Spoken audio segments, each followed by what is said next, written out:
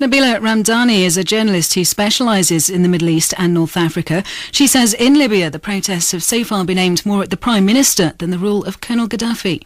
Libya is certainly a very rich country. It's one of the richest countries in the region. It's oil-rich as well. We have more and more Western profiteers becoming increasingly investing substantially in the country. But there is a discrepancy between foreigners who are making money out of the country and local populations who do not benefit from the wealth of the country. So that's the crux of the issue here. But interestingly, in Libya, there are genuine supporters of the regime, people who genuinely support Colonel Gaddafi, precisely because he's quite good at throwing money at socio-economic problems.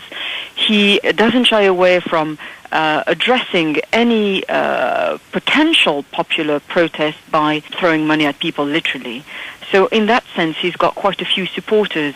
And what's interesting to note is that in the countries like Libya, but also Bahrain and Yemen, we are seeing as many anti-government demonstrators as we have pro-government demonstrators, and if not more. So that's an interesting development as well. There was a lot of discussion when we saw the initial protests in Tunisia at the start of the year that they could spread across the region. Are you surprised that they have, and that the role that the internet and social networks seem to have played in getting protesters out onto the streets? Well, I think the role of the social media has been crucial in all these revolutions, and what it highlighted is indeed a huge gap between an old and corrupt generation of essentially army leaders who amassed a fortune over the years, and a younger generation of impoverished people facing mass unemployment, poverty, but who are in essence questioning and technologically savvy.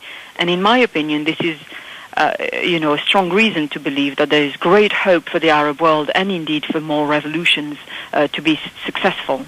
And given that we did see the fall of the government in Tunisia, similar situations in Algiers and Egypt, of course, do you think that there's a new determination among those younger generations now to almost kind of grasp the mettle of this and stay out on the streets until they do get what they want? Very much so. I think what a fascinating development is that we are seeing young people, 60% of the population of the Arab world is below 21 years old, and all these young people are now fearless, and they're not scared to express dissent.